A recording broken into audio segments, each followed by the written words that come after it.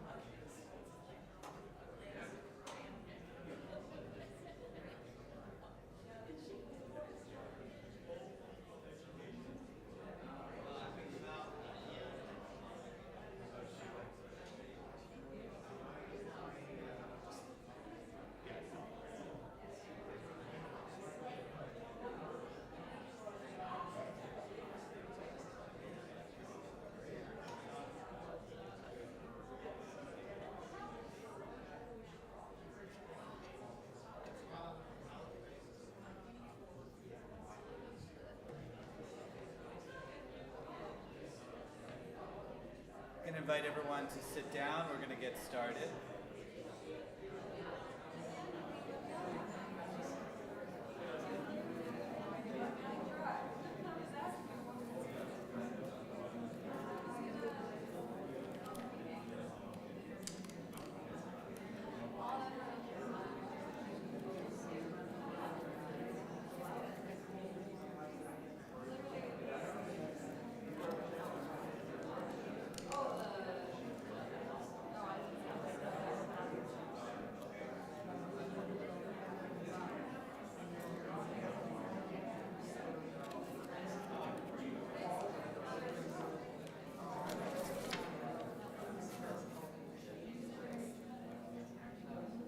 If everyone could take their seats, we're going to get started. Thank you, Cantor. It was way up for,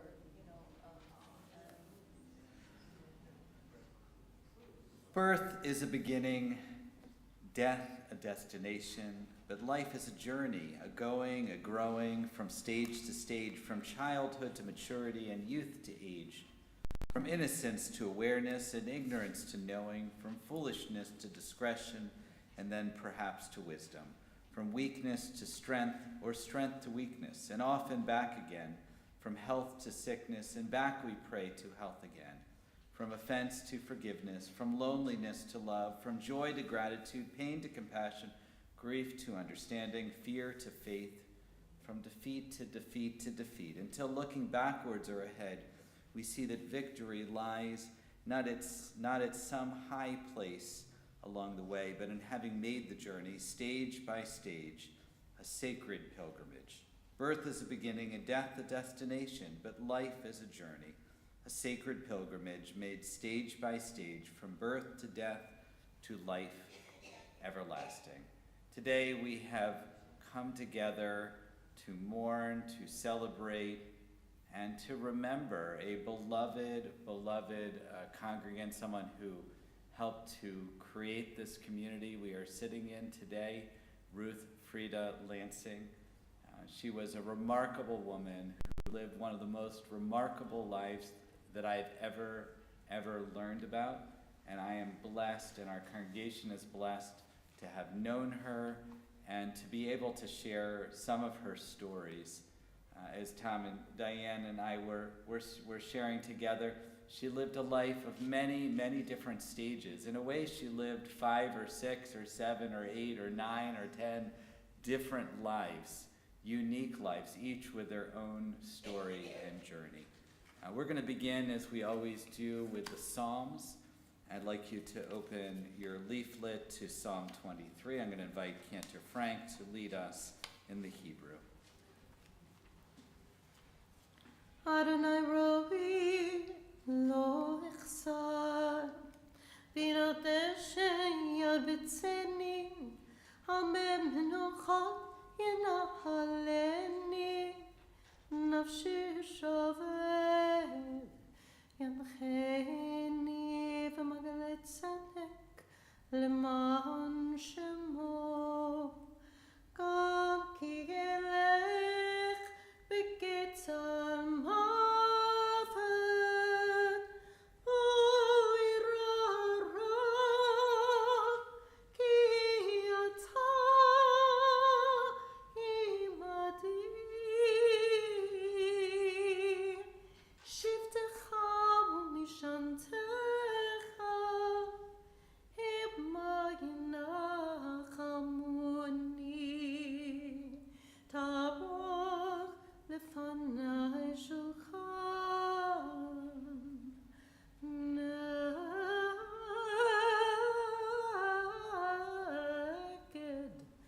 סוררי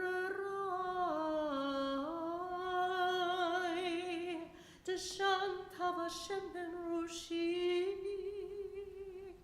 כוסי רוויה אך טוב וחסד ידפוני כל ימי חיי ושבתי בבית אדוני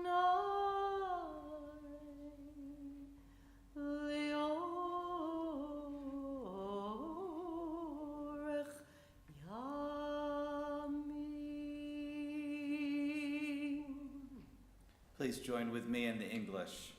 The Lord is my shepherd, I shall not want, who maketh me to lie down in green pastures, who leadeth me beside the still waters, who restoreth my soul, who leadeth me in the paths of righteousness for thy name's sake.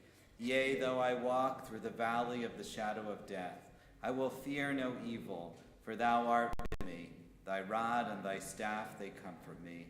Thou preparest a table before me in the presence of mine enemies. Thou anointest my head with oil. My cup runneth over.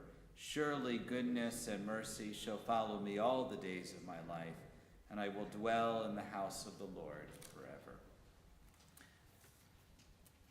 This afternoon, or this morning, we will try to encapsulate a little of Ruth's many varied lives.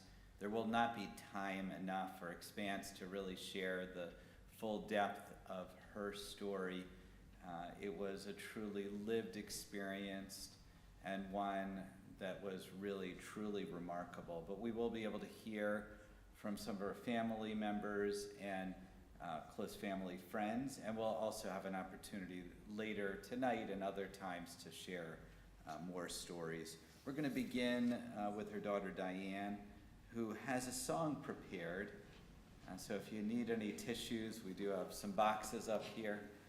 Cantor already have some ready for you. And this is a song, well, Diane can explain it, that she shared with many different relatives, including her mom, as they neared their dying days.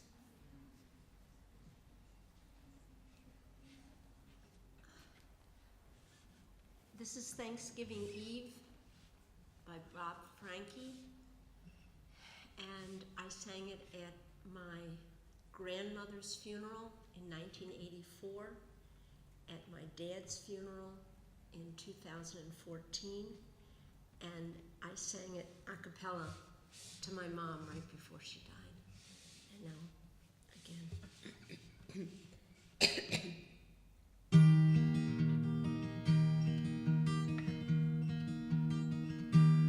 It's so easy to dream of the days gone by. It's so hard to think of the times to come, and the grace to accept every moment as a gift is a gift that is given to some. What can you do with your days but work and hope? Let your dreams find your work to your play. What can you do with each moment of your life but love till you've loved it away? Love till you've loved it away.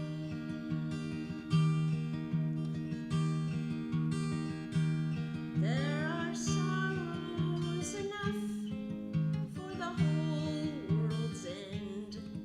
There are no guarantees but the grave, and the lives that we've lived and the time we have spent are a treasure too precious to save. What can you do with your days? Work and hope. Let your dreams bind your work to your play. What can you do with each moment of your life but love till you've loved it away? Love till you've loved it away.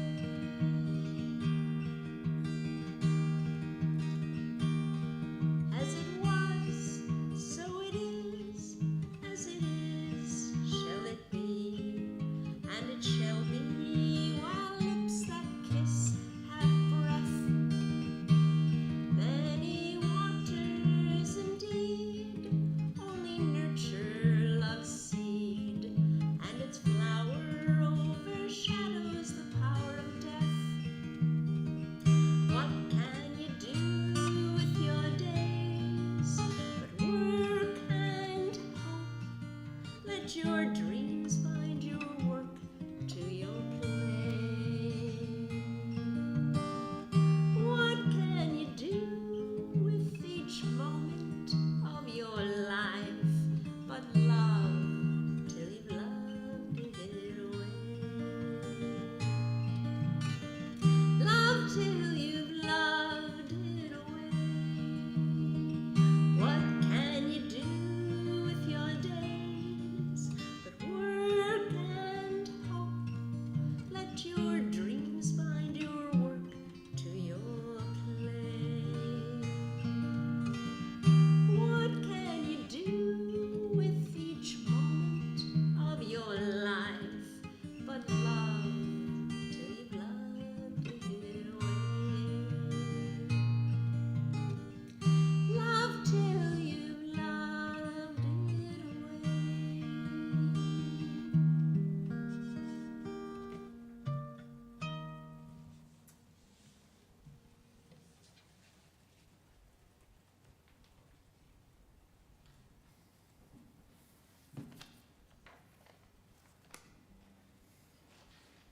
I'd like to invite up Tom when he's ready to speak about his mom and her life. Either way.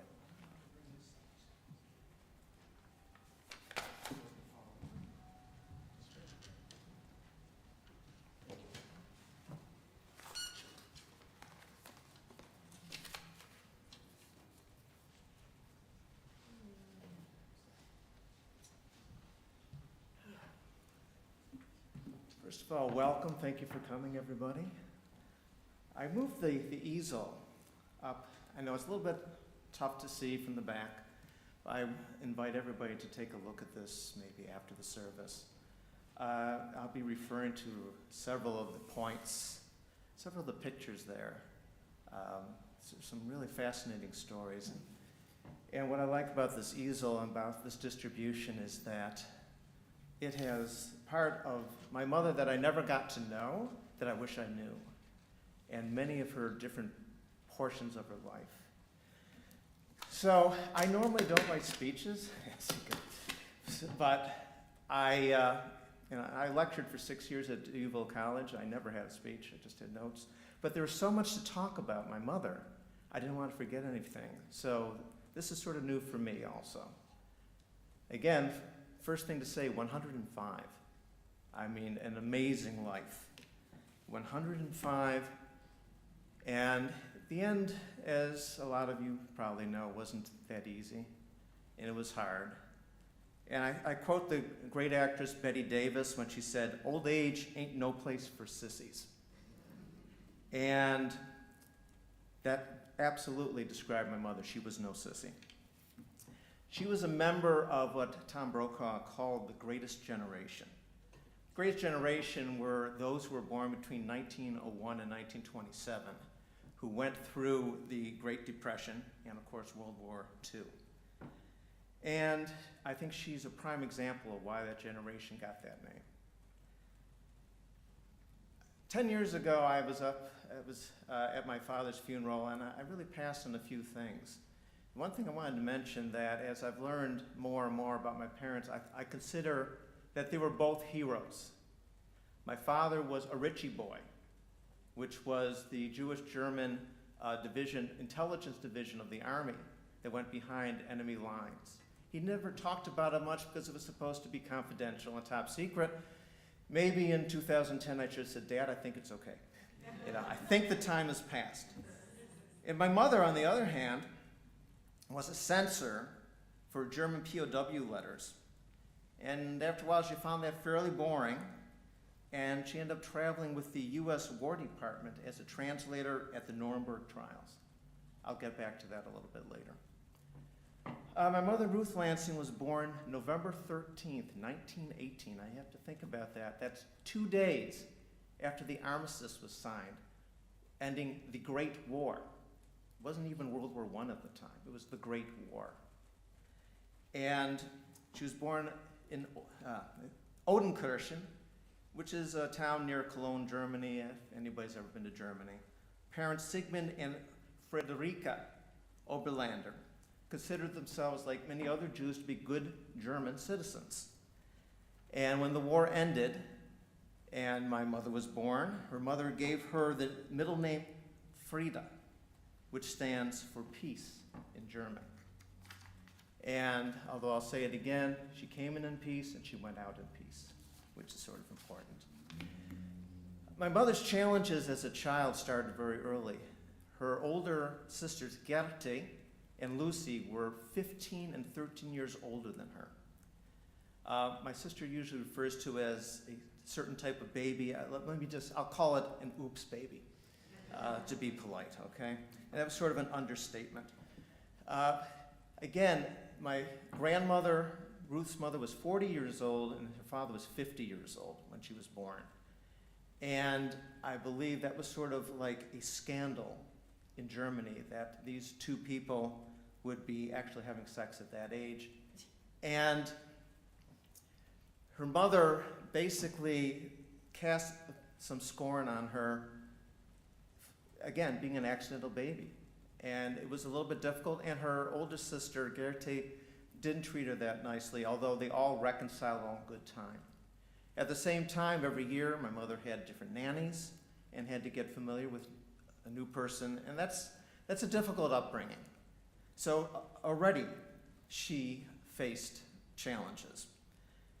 And again, with her older sister Gertie moved to Holland in 1933, I believe it was, already seeing what was happening with the Nazis when they took over. And she had recommended to my mother that she should come there. Thank goodness she did not, but they kept in close correspondence. So I'm happy to know that despite the hardships, the family did grow tighter. The defining moment, though, for my mother was the night of November 9th, 1938. She was staying with a family in Dusseldorf, Germany, about 1 hour away from her parents. And this, 4 days before her 20th birthday, was the night of broken glass, better known as Kristallnacht. She experienced unspeakable horrors and degradations and described one scene in her speech. I just want to bring this out. "I don't know what possessed me, but I went down into the street to see if anything could be salvaged, only to be driven back by the jeering mob, screaming obscenities at me. I remember a young girl threw a scarf at me and suggested I hang myself with it." So knowing the dangers that lurked, seeing what had happened, she went back to her parents and immediately applied for a visa to come to the United States. But because of the restrictive quota system and what I feel was the xenophobic U.S. quota system, and I actually took this out of the speech, but I'm going to bring it up again, the anti-Semitism in the U.S. State Department, she had to wait 10 years. Her sister, on the other hand, had applied 2 weeks before her, and she got to the United States before the war broke out.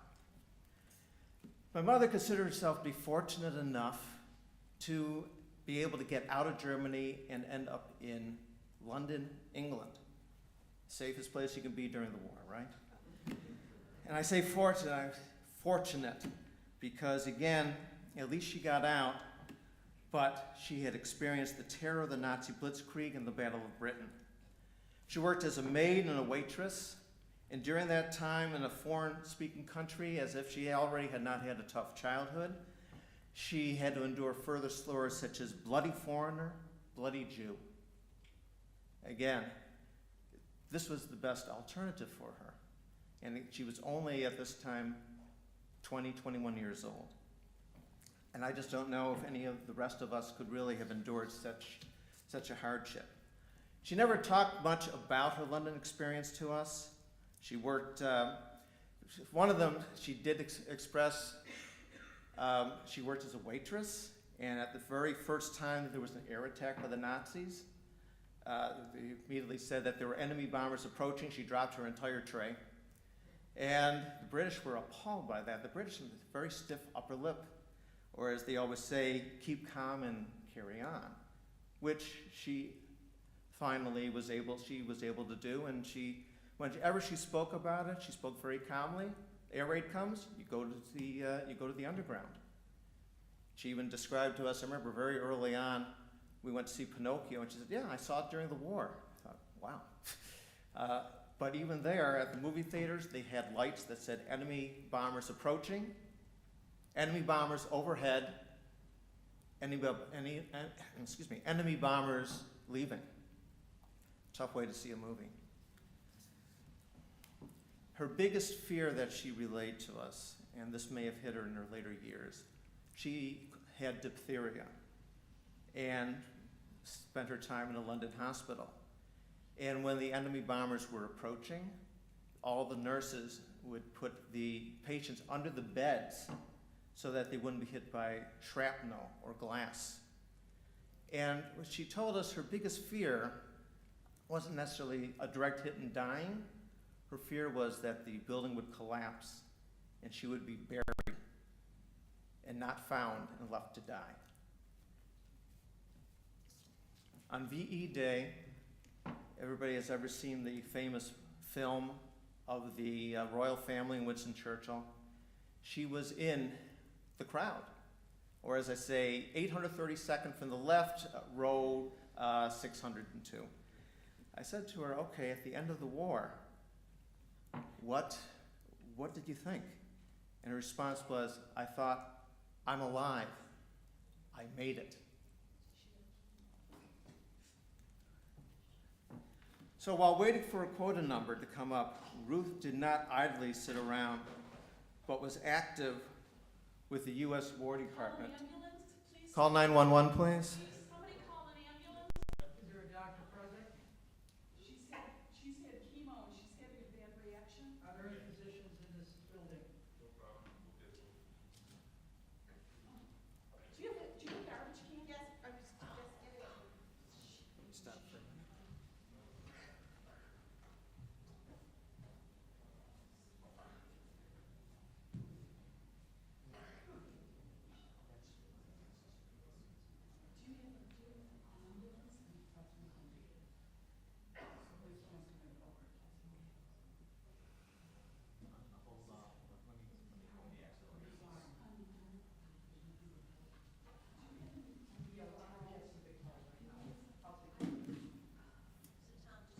Yeah, I'm gonna hold up.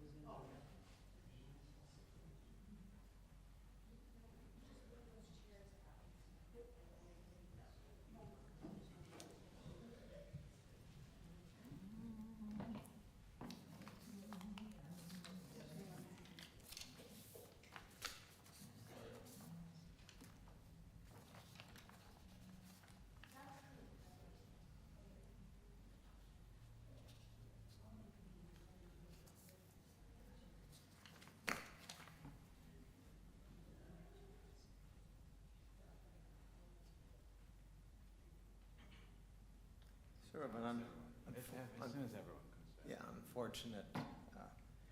I told you 10 pages. I guess we needed an intermission, but unfortunate in its way.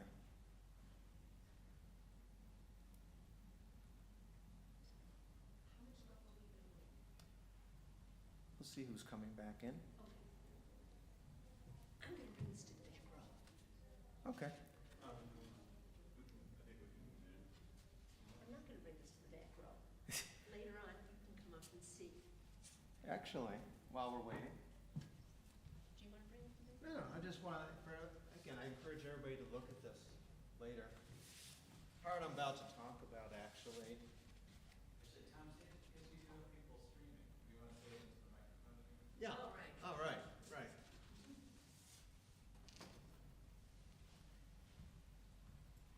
Sorry to my streaming people here. What I'm about to talk about, a lot of the pictures on this easel represent, and a lot of them, I believe even my son had never seen some of these pictures. There's another part of my mother that I would hope for people to see or to know. And I'll just say at this point, while we wait a little bit, this is the picture. This is the person I wanted to know. 27 years old, by herself, an orphan, going through Europe with her rangefinder, independent. And, yes? Leica, I'm sorry. She was a photographer too. And there's some other pictures here that I will refer to. There's some of her in Nuremberg during the trials as a translator, which I will bring up shortly. Also, I want you to notice this picture of her, again, later, those on stream, by the water, because she loved to swim, which I'll also bring up shortly. Okay. Okay. I think we should, we'll resume. Look at them later. I hope, I wish for Sue. Sue Dietz is my sister-in-law. She's been going through some treatment, and I certainly hope for the best for her. But we will continue on. Okay. We're at the end of the war, and here's where a lot of these pictures come in. That my mother, while waiting for a quota to come up, did not sit idly around, but was active with the U.S. War Department. First, again, working as a civil censorship division, in her words, and then as a translator of the Nuremberg trials. So she was a translator of German and English, which was sort of ironic because there's a couple of translations she made that I will bring up. One of them is when she applied to be a maid in England. One of her qualifications was that she was good with sucklings, which I don't think there's a lot of pig farms in the middle of London. So this was the person that they chose to be a translator. So as she was planning her future, my mother, again, I said she wasn't a sissy, she was a survivor. And we know about a Holocaust survivor, but she was a survivor of life. She raised $3,000 for her pending trip, hopefully, to the United States. Now, $3,000 today's market is about $38,000. She did that working the black market, selling candy that the Army handed out, selling cigarettes, which thank goodness she did not use. Otherwise, we would not be talking about 105, I'm sure of that. But she was also in a situation where those who had tried to destroy her now had to respect her. She had one story she told me that she had made an appointment with a German man to teach her how to drive. In those days, there were probably stick shifts, whatever. The man was late. The man wasn't interested.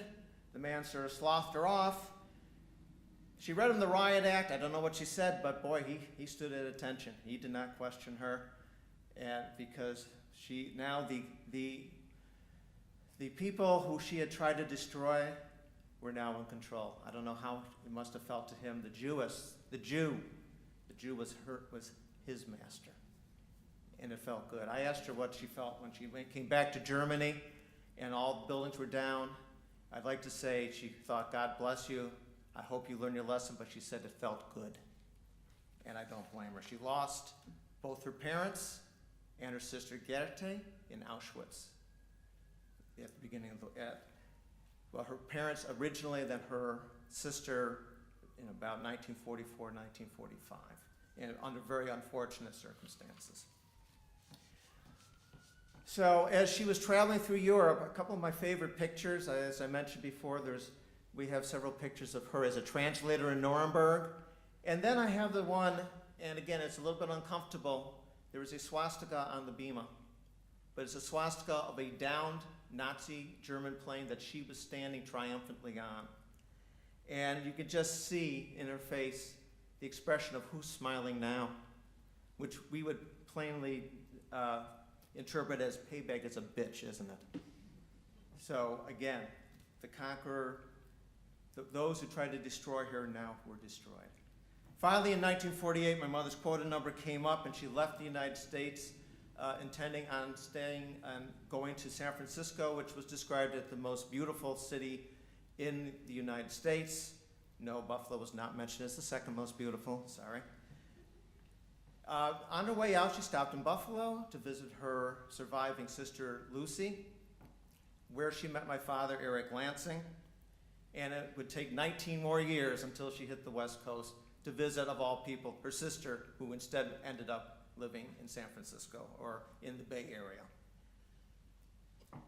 So the two fell in love, they got engaged, and again, my mother, showing her great skill of English-German interpreting, thanked people by sending out thank you cards that said, "Thank you for your sympathy," for their engagement. We laughed about that, but we also mentioned she had a very strong, domineering grandmother, Margaret Lansing, my father's mother, our grandmother, and she said, maybe I did know what I was talking about. So after that turbulent series in her life, she finally settled down, first in Buffalo, then in Kenmore, New York, Tonawanda for 50 years, and finally in Canterbury Woods, where she had been living since 2009. She served as your typical 50s and 60s housewife, brownie leader, brownie co-leader. She was a homeroom mom.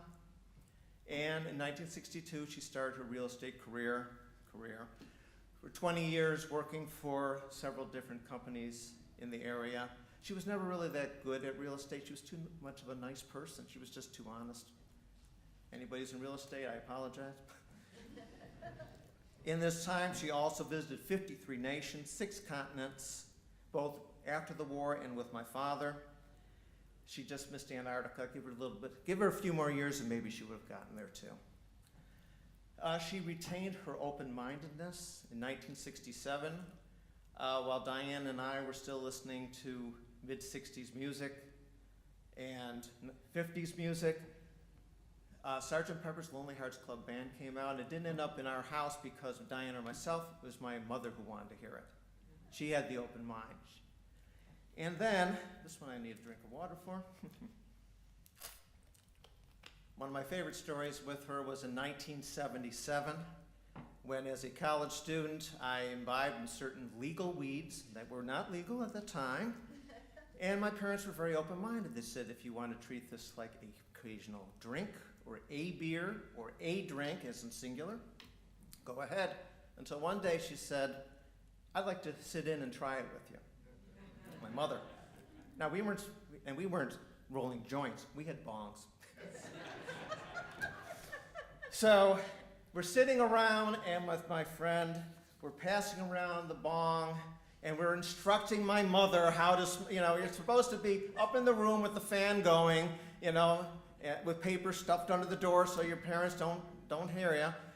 And it was the taxi, as my father was away, good thing. And she looks at us, she goes, I don't feel anything. Hey, Mom, you have to inhale. Bill Clinton had nothing on her. Maybe. Later that year, being as mischievous as I used some of the seeds from said plant, planted in the backyard, had it hidden by a bunch of corn stalks. The plants killed the corn stalks. They grew about like this. My father one day went in and said, oh, you should see I don't know what it is. It's an interesting plant in the backyard. The rest of the family knew about it, and we all started grinning at each other. My father sort of, what? My mother particularly, she got a great kick out of it. I whispered in his ear, it's marijuana. It's like, and we had a good laugh, but he insisted on cutting down those plants. And just to let you know, my mother, gave him the cold shoulder for days afterwards. Days. I said, all right, so why are you so disappointed? And what she told me is she wanted to harvest the flower, put it in a vase, put it in the middle of her bridge group's table, and have one of the women say, oh, Ruth, what a nice flower that is. What is it? She didn't get to do it. And I thought to myself, that's cool, Mom. Again, in the calm days, though, I want to mention, she took a lot of pride in her voluntary work, her work in the Jewish community. 1955, she and my father were some of the co-founders of Temple Beth Am, which is today Congregation Shir Shalom. She also worked tirelessly in the Temple Sisterhood, was active in the Kenmore Mercy Hospital, Millard Fillmore Suburban, Meals on Wheels, and her favorite was the SPCA, where she would bring puppies to the elderly. and she loved doing that, and her good turn was appreciated and returned to her by her aides who would bring in their dogs several times, and she loved seeing those dogs up in the apartment. Big dogs, little dogs, she loved them all. She enjoyed playing duplicate bridge, and she's an avid swimmer, which is why I have that picture of her sitting by the lake. We used to go on vacations up in the Adirondacks, up in New Hampshire, and one of the traditions is we'd get in the rowboat, powerboat, and she would swim over 1 mile from end to end. The rest of us, my father, my sister, myself, we dog paddled. It wasn't end to end. I don't know why, but we never got into it. She swam until the age of 100.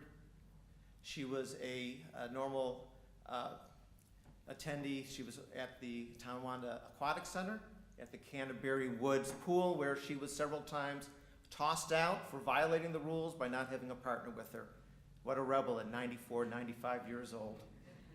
And they threatened to ban her from the pool, so my father had to sit there and pretend that he knew how to swim. As time passed, she started to open up about her post-World War II experiences in Kristallnacht. She several times in the sanctuary, she told her story, culminating with on the eve of her 100th birthday, coming up and giving her speech. And if anybody here was here that night, I think it's a night that you will not forget. Her story has been told to the Robert H. Jackson Center of Jamestown, New York, and it was picked up by the BBC around her 100th birthday. That broadcast was heard by Tim Cook, the CEO of Apple Computer, who incorporated her story into his acceptance speech of the Anti-Defamation League's first Courage Against Hatred Award in 2018. You can actually see some of her, if you Google Ruth Lansing, you can see many of her interviews on YouTube. But eventually, age catches up with everybody. She broke her hip at age 102, about 3 years ago. She required 24/7 care. We had some wonderful aides that helped her make it to this day. But she was still a fierce competitor in Scrabble and would beat their pants off on a regular basis. Occasionally I had to come in, show my lack of sportsmanship, and beat her. I mean, beating up your 100-plus-year-old mother. Shame on you. Then early in this month, like her middle name, Frida, she died at peace. Going back to that Betty Davis quote that I brought up, old age ain't no place for sissies. There is a second line to that. Let me read it to you. The actual quote, old age ain't no place for sissies. I have survived because I was tougher than anyone else. And the same can be said for my mother, Ruth Lansing. Thank you. Yeah.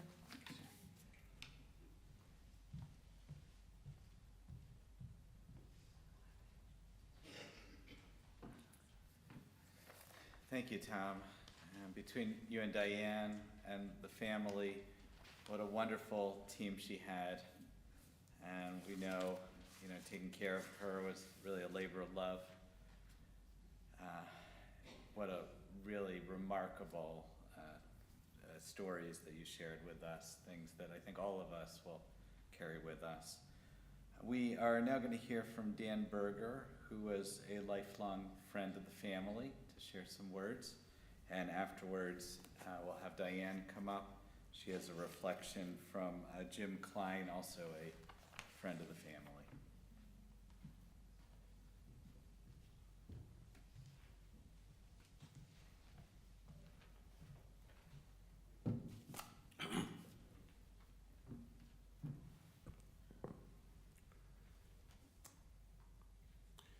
I always told people Ruth Lansing was my oldest friend, and well, she was. She got to be 105 and a half.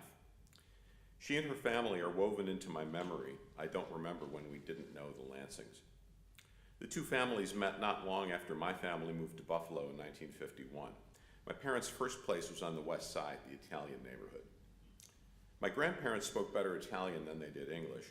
They heard about this Jewish family who spoke Italian. That turned out to be the Lansing grandparents, who had lived in Italy before coming to the United States.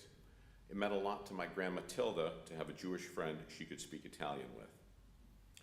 Our lives proceeded in step with Lansing's in many ways. Diane and my sister Ruth are the same age. Tom and I are the same age. The Lansings moved to Kenmore, and so did we. They moved further out in Tonawanda, and so did we. We then moved across the street from them. Most recently, the Lansings and the Bergers lived in Canterbury together. In my earliest childhood, I played with Tom in their house on Nassau Avenue in Kenmore. I played with his cousin Wendy before her family moved to Los Angeles.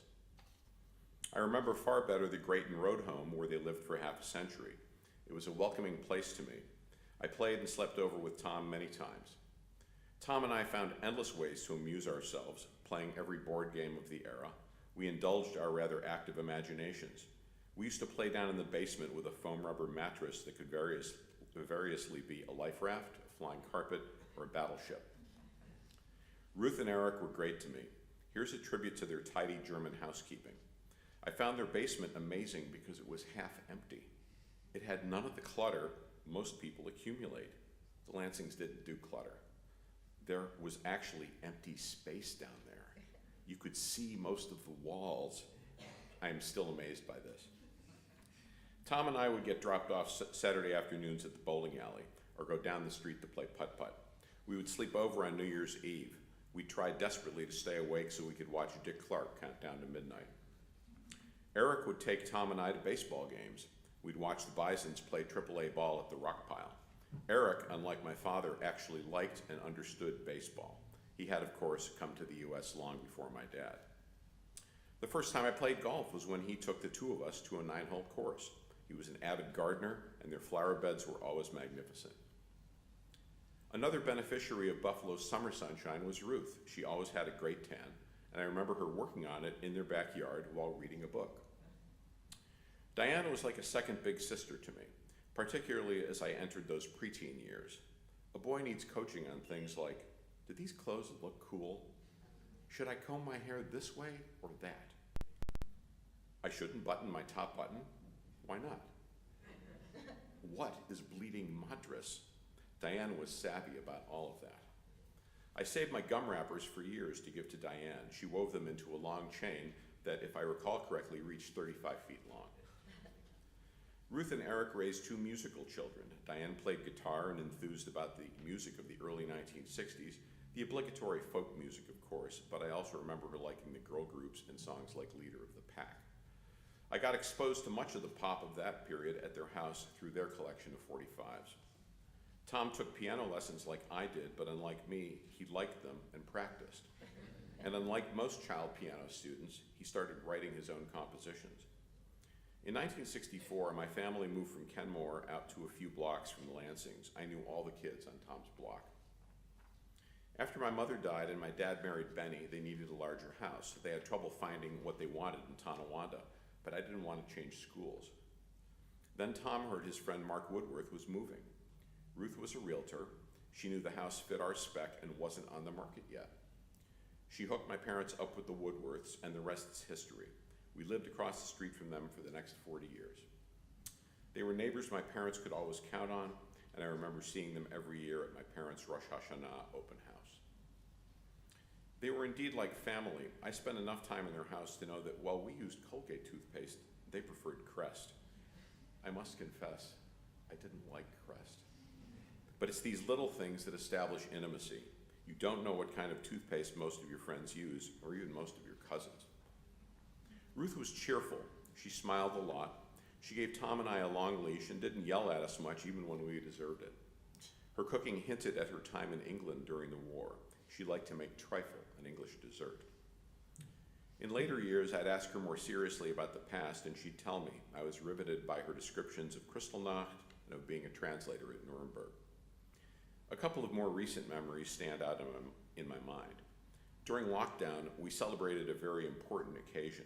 My sister and town were in town for 2 months as my father declined. Now, Ruth and my dad shared a birthday. She was 4 years older. On her 102nd birthday, November 13th, 2020, he turned 98. That adds up to 200, and so we decided to have a 200th birthday party. It featured my dad's family birthday cake, which is awesome. Ruth made one in Deborah's kitchen. In happy violation of all those social distancing rules, the two families gathered, in Dad and Benny's apartment, and we ate cake around his bedside. It was a lovely day. He had been near death 2 weeks earlier, but rallied miraculously.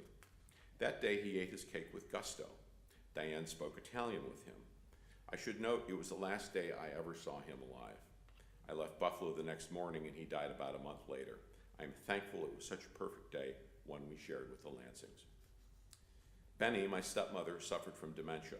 As long as she was with my dad, she was free from anxiety, but his weeks of hospitalization and rehab kept her from him. Ruth performed a real mitzvah by coming to visit Benny regularly. With the social distancing restrictions, we'd put chairs out in the hallway for them. They'd sit and chat for half an hour or more. It was the high spot in Benny's day each time Ruth did it. It can't have been easy for her. She was hard of hearing, but she did it and numerous times, and I'm very thankful for that. I'm sorry she's gone. I'm glad, though, her suffering is over. Writing this has been an opportunity to recollect her in better times, and I prefer to remember her like that. I loved her, and I'm glad I'm having this opportunity to say goodbye.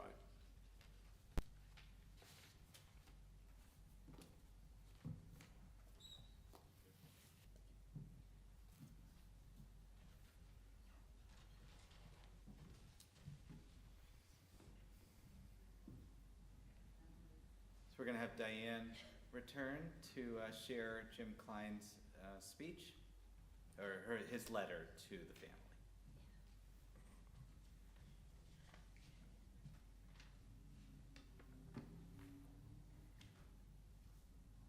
Our family was very, very close with the Bergers and with the Kleins right from the beginning. My dad knew Kurt Klein before they went into the Army, and so when he came back with Gerda, our families just worked together all the time. And in later years when Gerda and Kurt moved out to Phoenix, I went out several times to visit them, and then when she was widowed, to visit her. And so Jimmy, who wrote, "You are among the very small circle of people who still call me that," because it's, he wanted to write to Tom and to me, but also to share it if I wanted to, and I do. So this is from Jimmy Klein.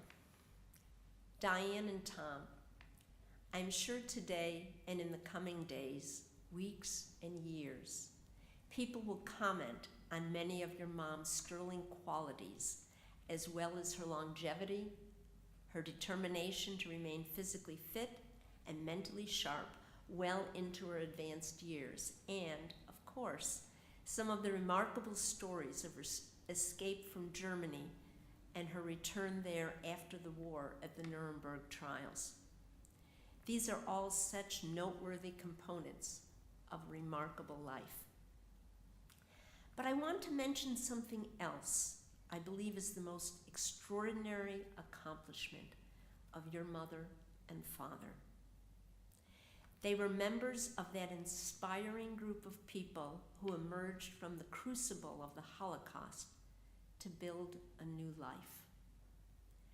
I stand in awe of how they and others emigrated to a new country, learned a language, and developed skills to pursue successful careers despite the disruption to their formal education in Germany.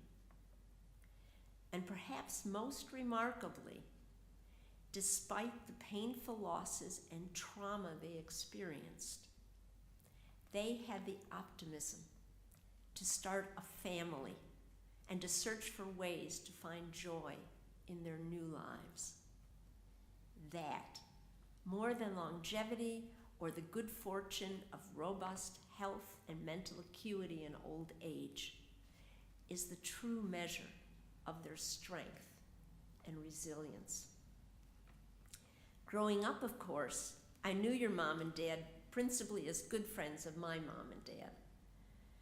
So it was a special pleasure and privilege that as an adult, I had the opportunity to reconnect with your mom and establish a friendship of my own.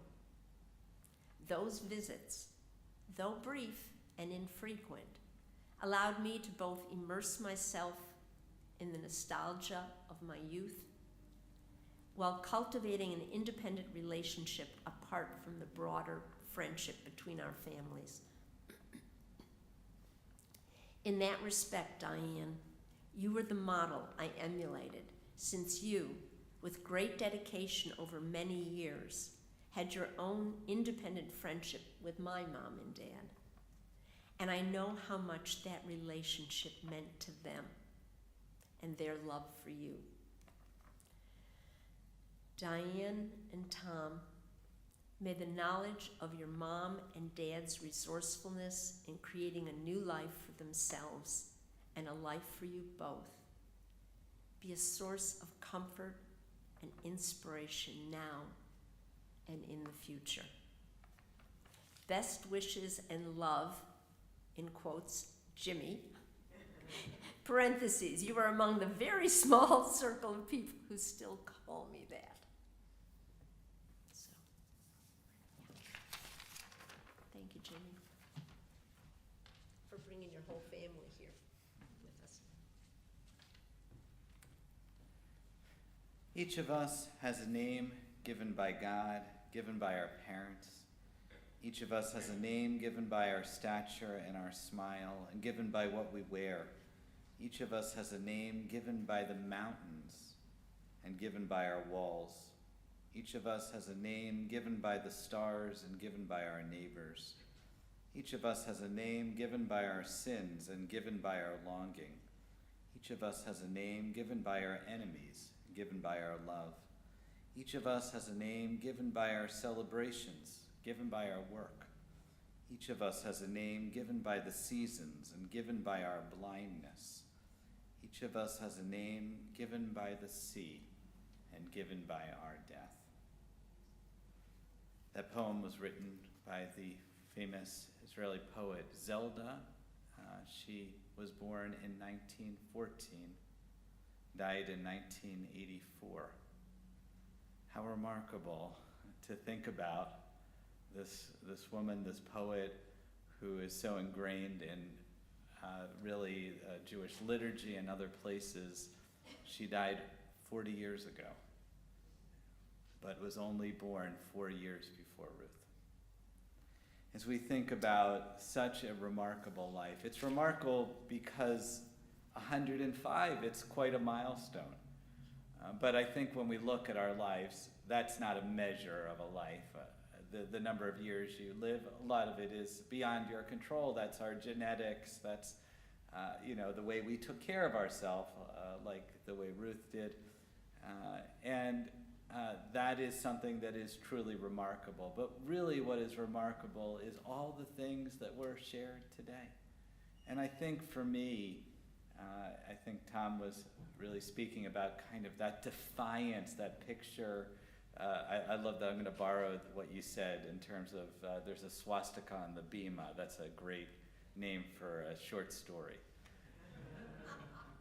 But that defiance to stand by there and to do those things, to live. Life itself can be in defiance of all the people that tried to not make that possible. All those people, all those ways that she should not have succeeded and should not in any ways have made it to 105 years and to have lived such a full life.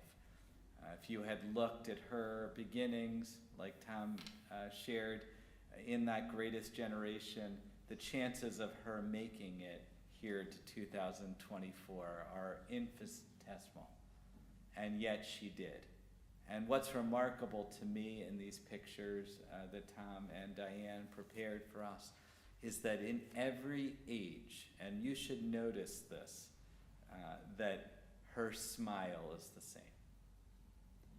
There is something I often will take a look, especially if I only know someone in their later years, look at their early pictures and see, would I recognize them? And her smile is unmistakable from her early, there's a picture of her as a young girl, all the way to now.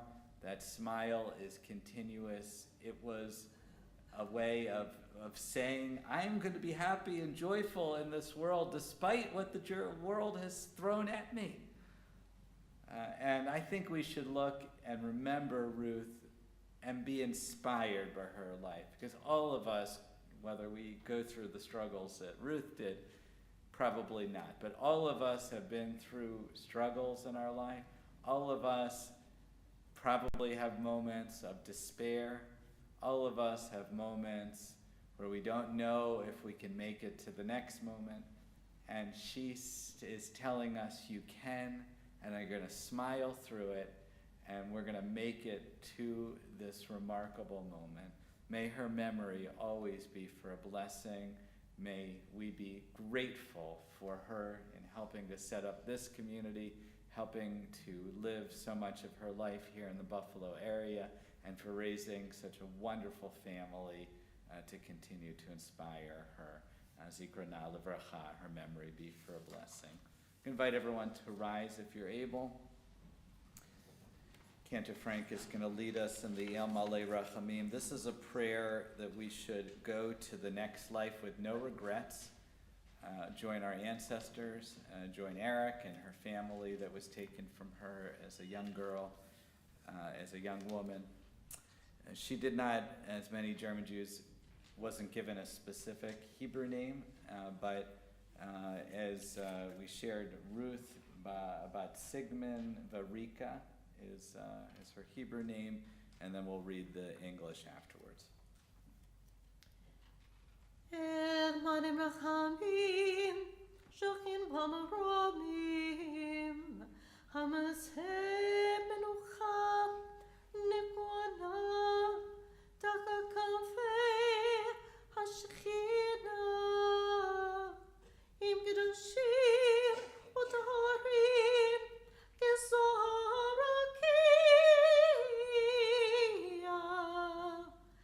Mazhirim,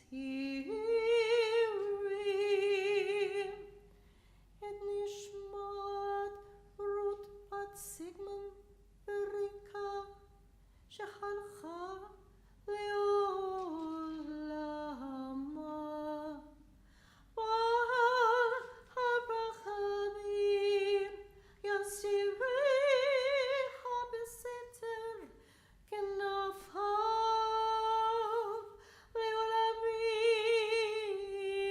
Leolamim, Bitzro, HaChayim, Et Nishmata, Adonai Hu, Nachalata,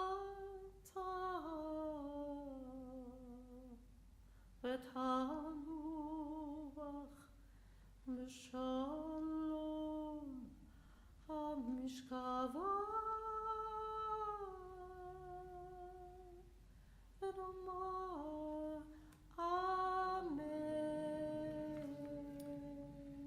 Together, and when we'll say her name, we'll add Frida for her middle name. Lord, full of mercy, who dwells on high, find fitting rest upon the wings of the Shekhinah, divine presence, and the heights of the holy and pure, who shine like the glow of the firmament, for the soul of Ruth Frida Lansing, who has gone to her eternal world. For we pray in memory of her soul, may her resting place be in the Garden of Eden. Therefore, may the Master of Mercy shelter her in the shelter of God's wings forever. May God bind her soul in the bond of life.